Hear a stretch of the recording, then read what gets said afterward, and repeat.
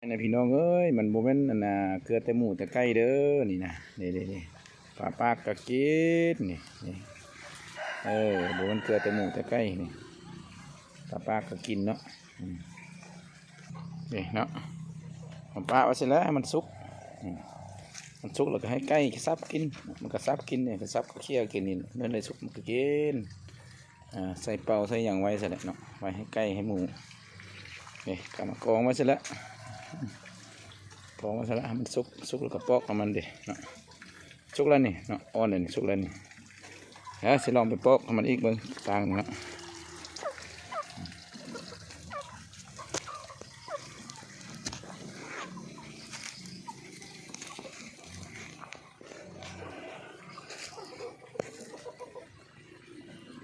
เด้เนาะปอกมันกินพี่น้องเอ้ยหมักกล้วยนี่นะคิดว่าเกลือแต่ไก่กับหมูปลาก็กินเด้อปลาพวกปลากินดีๆเนาะบัดนี้จะได้เลี้ยงปลานี่แหละพวกปลากินพื้นแต่ว่าปลานิลปลายังปลาในก็กินอยู่แต่บุกินดีเท่าปลาเนาะปลานี่กินดีเด้อสิลองทิมลงเบิ่งเด้อนี่ปลาทับทิมก็มีนี่ปลาทับทิมก็มีแต่ว่าโยนลงเบิ่งเนาะปลายังสิมากินลองเบิ่งเอาลองเบิ่งลองเด้อมันสิมีปลามากินบ่เดี๋ยวมาแล้วเห็นบ่ปลาเห็นบ่อ๋อปลากินดีๆพุ่นพี่น้องเอ้ยมันลดต้นทุนตัวนี่นะบ่ต้องซื้อหัวอาหารมาเกลือตัวเป็นนี่ปลากินดีๆนี่นะโอ้เห็นสองทางแล้วบัดนี้นะเนาะเห็นสองทางเลยเห็นสองทางแล้วประหยัดต้นทุนแท้ๆเป็นนี่ปีหน้าจะได้ลงลายแล้วปีหน้าจะลงจากมื่นตูเลยเนาะจะลงจากมื่นตูแล้วปนินนี่เนาะปนินปลาปากปนินก็จะลงอยู่จาก1,000นึงซะปนินแต่ว่าปลาปากนี่ลงจาก10,000นึงเนาะน้องก็กว้างเติบอยู่ยาว30 เมตรคนยาวกว้างก็ประมาณ10 เมตรแล้วน้องเนาะนี่น้องโอ้แล้วอาหารเป็นต้นทุนนี่เลยบอกบนไร่นู่นนะนี่ชอบนะโอ้คักไก่ก็กินคือกันเนาะนี่ก็คือนี่เลยถ่ายเพิ่งก็ได้เนาะไก่ก็นี่แหละนี่ไก่ก็มาซับมาอย่างกินเด้เนาะมันก็มาซับมากินมันหิวแล้วก็มาซอกซับกินนี่กองมาเส้นแล้วมันก็มาซับซอกกินด้วยซุกแล้วมาป้าสิให้มันซุกดิบแท้มันก็บุกินดีพันใดแต่ซุกนี่โอ้มันไม่ได้ซุกนี่กินจนเบิดเห็นบ่มันซับกูนเขาเลยไม่ได้ซุกกินจนเบิดเห็นบ่ซุกกินซับกินเนี่ยซับกินสิละเกลือแล้วก็เวลาเขาเกลือเขาก็ผสมอาหารให้มันเลี้ยงหอยก็ได้หอยก็กินคือกันอันนี้มันกบเด้อนี่เด้อมันกบนี่เนาะนี่กบบ่หันง่ายดีปานใดกบน้อยกบนี่ก็เดี๋ยวนี้ก็บุกเกลือลายแล้วเกลือมือละเท่ากันอันนี้ได้เอามองใส่น้ำยันแมวเข้ากันแนวนกแท้ก็บ่เห็นนกนี่สลายมันยามน้ำแห้งมันจะค่อยมาน้ำแห้งค่อยมาป้าเสร็จแล้วแขนมาแจได้ก็มีไปบนใดก็ให้มันได้กิน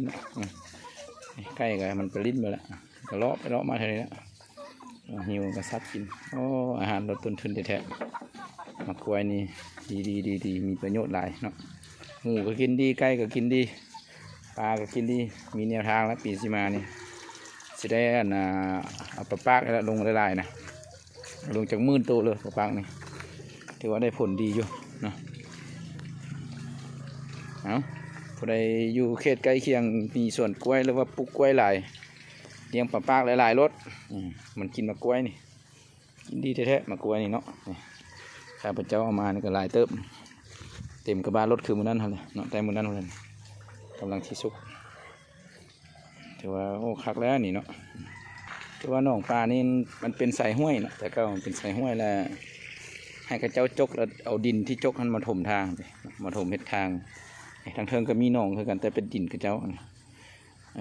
ก็มีปลาดุกน้อยนะมันขึ้นมานี่ปลาดุกอยู่นอกนี่แหละปลาดุกธรรมชาติมันขึ้นมาไข่เนาะน้องตัวนี้ปลาดุกธรรมชาติขึ้นมาไข่ข้าพเจ้าก็บ่ได้ให้ไผมาหาได้นี่มันยามน้ำแห้งแล้วก็ดูดเอาเนาะดูดเอาสาวน้ำนี่มันแห้ง แล้วก็วางท่ออัน120นี่ก็ได้แล้วนี่เนี่ยท่อ120ภาพท่อเนาะท่อ120ก็ไล่ทันแล้วเนาะท่อน้ำบ่แห้งปานใดฝนตกก็บ่แห้งปานใดก็เหมาะสมอยู่น้ำบ่ขาดยามแห้งคักๆนี่ก็สิเหลือประมาณ1 เมตร1 เมตรหรือว่า80 เซนบางปีก็เหลือ80 เซนความยาวก็สิอยู่30 เมตรนี่แหละเนาะอันนี้กระสังอันนี้ก็เลี้ยงกบได้นี่กระสังกบอันนี้กระสังกบนี่กระสังกบตัวต่อไปแล้วเป็นหอยกระสังหอยเลี้ยงหอยเชอรี่เนาะไปบ่ได้ยันตกน้ำ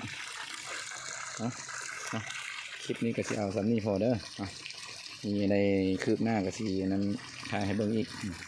อันนี้มันส่วนหลังบ้านเลยเนาะเงินก็จะถึงอยู่แล้วเงินก็ได้ปลูกออมก็มีพวกไม้ไผ่มาอย่างนี้เนาะแล้วก็ต้นเท้าต้นกล้วยปลูกออมเลยเป็นบริที่ว่างเลย